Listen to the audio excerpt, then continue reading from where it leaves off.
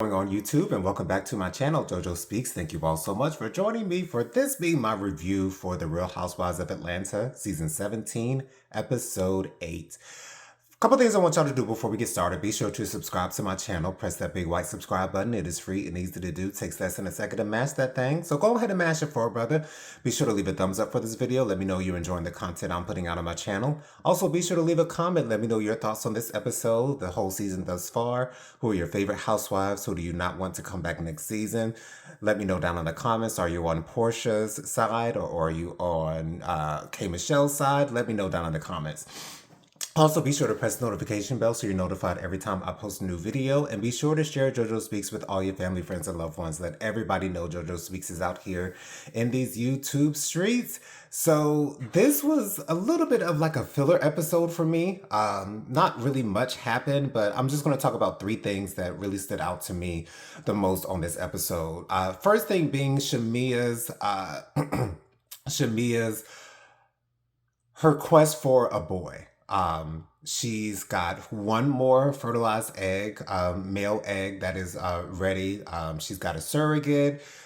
She's got all these things going on. She really wants to give her husband a baby boy.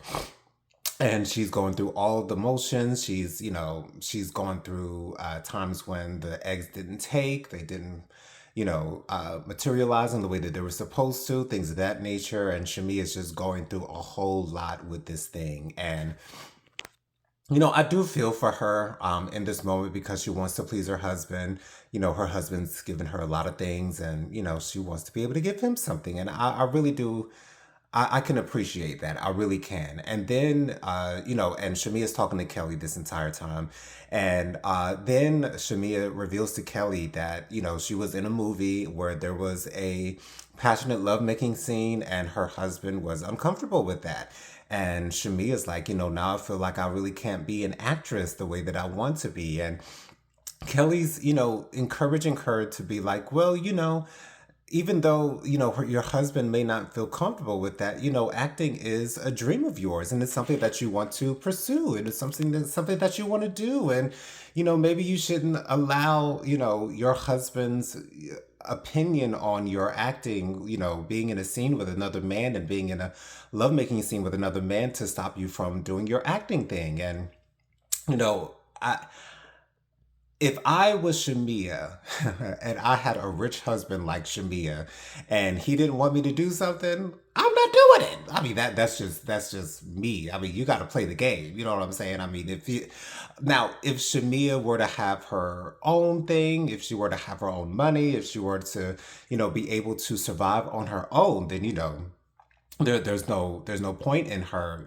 not doing what it is that she wants to do. But anyways, that was Shamia's part on this episode. Once again, I feel for her as far as her as far as her surrogacy journey is concerned.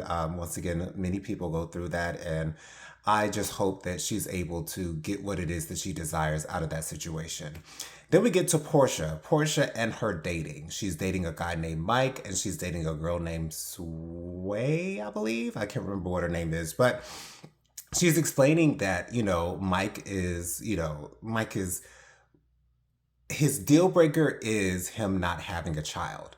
And Portia's not in a space where she knows whether she wants to have another child or not at this point. For Portia to try to act like this relationship with Mike is serious, or she brought him onto the show in a way to make it seem as though she's actually dating him, I personally don't believe she's actually dating him. We all know that Mike has been on Ready for Love, I think it was the show. So he's used to being on TV. It seems like he might want to be on TV. He wants to be seen possibly. So the whole thing with Portia and Mike, I don't believe whatsoever. But I guess it's a nice storyline for Portia. And then she goes out to eat with her female compadre, and they're having conversations about the Sway, I believe is her name. She asked Portia, could you see yourself marrying a woman? Could you see yourself spending the rest of your life with a woman? And Portia's like, you proposing to me now? But I do like the chemistry between Portia and Sway. I do like their chemistry. It does seem like they are a lot more real than Portia and Mike are.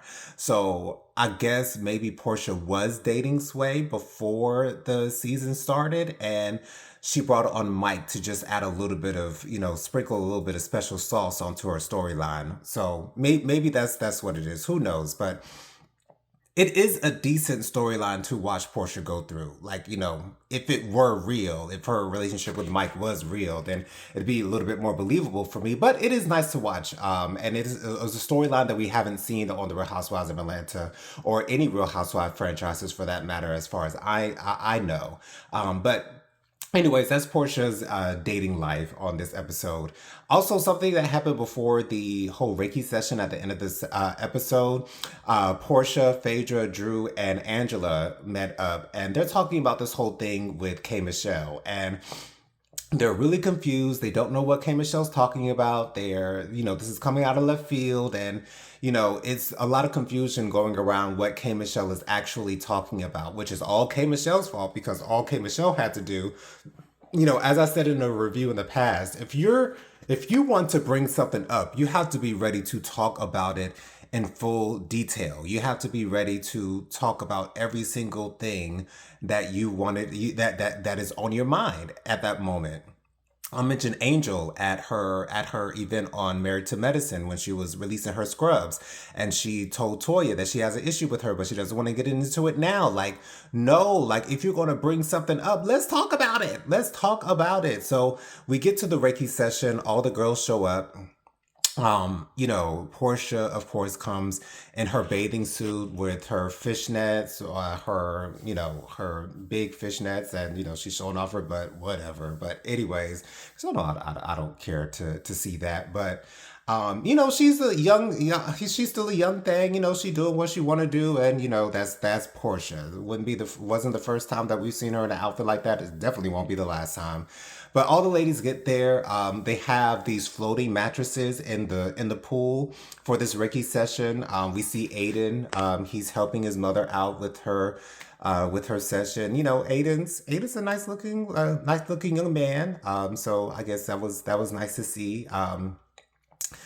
You know, K. Michelle, Pinky, and Shamia show up a little bit late to the event. I don't know if that was on purpose, or I don't know how that ended up being, but they showed up a little late, and I believe Kelly did as well. And so the ladies do the Reiki session. The ladies feel rejuvenated. Cynthia does leave a little bit early. She has to catch a flight to New York, I believe. And so the ladies sit down for dinner, and K. Michelle finally opens up a little bit. And she says, I know you guys have been wondering what's been going on with me, what happened out in Dallas, and all this good stuff. And, she said that she found out that Portia had been sexually intimate with the last ex that she was publicly with. And Portia's like, well, yeah, I was with him, but and K. Michelle's like, why wouldn't you tell me that if you're trying to be my friend? Why would you not inform me that you were dealing with an ex of mine that I was out with publicly? And, when I first heard this story from K. Michelle when she was talking to another housewife in the car, I believe it was Kelly, if I'm not mistaken. I can't remember for sure, but when she brought up this fact that Portia had, quote, dated one of her exes, she was like, I don't care about it, but she still needs to tell me. So I guess that's a girl code type thing. I don't know about girl code or anything of that nature. But anyways, Portia's like, hey, if we're not going to be friends, let's just not do this.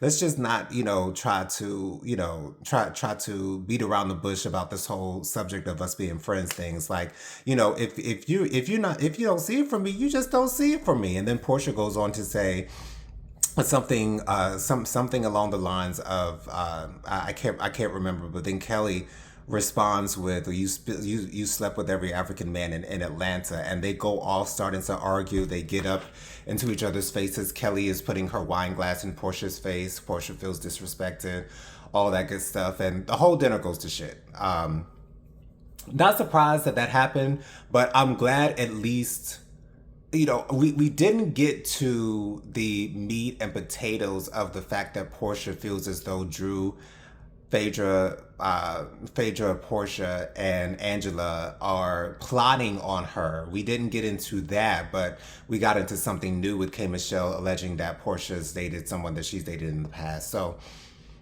like I said, it was a filler episode. The argument that happened at the end was pretty good. But it was just I. Let me know what you think down in the comments. Be sure to join me every Thursday night at 8 p.m. for my live Hot Topics and Social Commentary show. I go live every Thursday night at 8 p.m. with my sister Prophetic Fire Reiki. We always have a great time talking about the latest happenings and goings on in the world. So join us on Thursday night at 8 p.m. I love y'all for watching. I'll see you on the next one. Peace out.